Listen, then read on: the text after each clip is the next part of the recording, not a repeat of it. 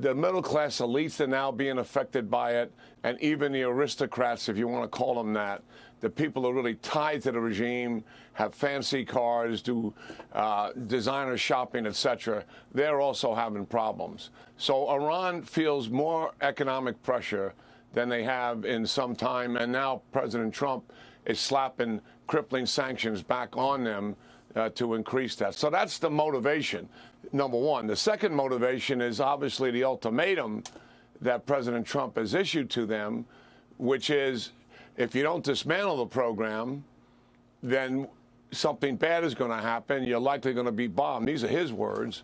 And what that really means is an Israeli-led, U.S.-supported airstrike, most likely.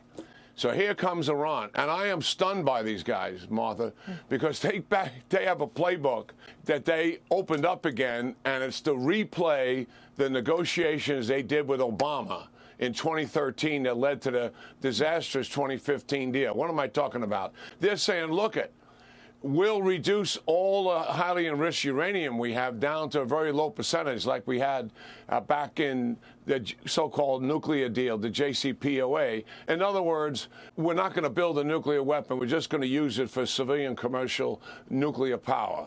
Of course, that's a bold-faced lie. And they're thinking the Trump administration is going to buy this. After all, in 2018, Trump pulled out of that very deal.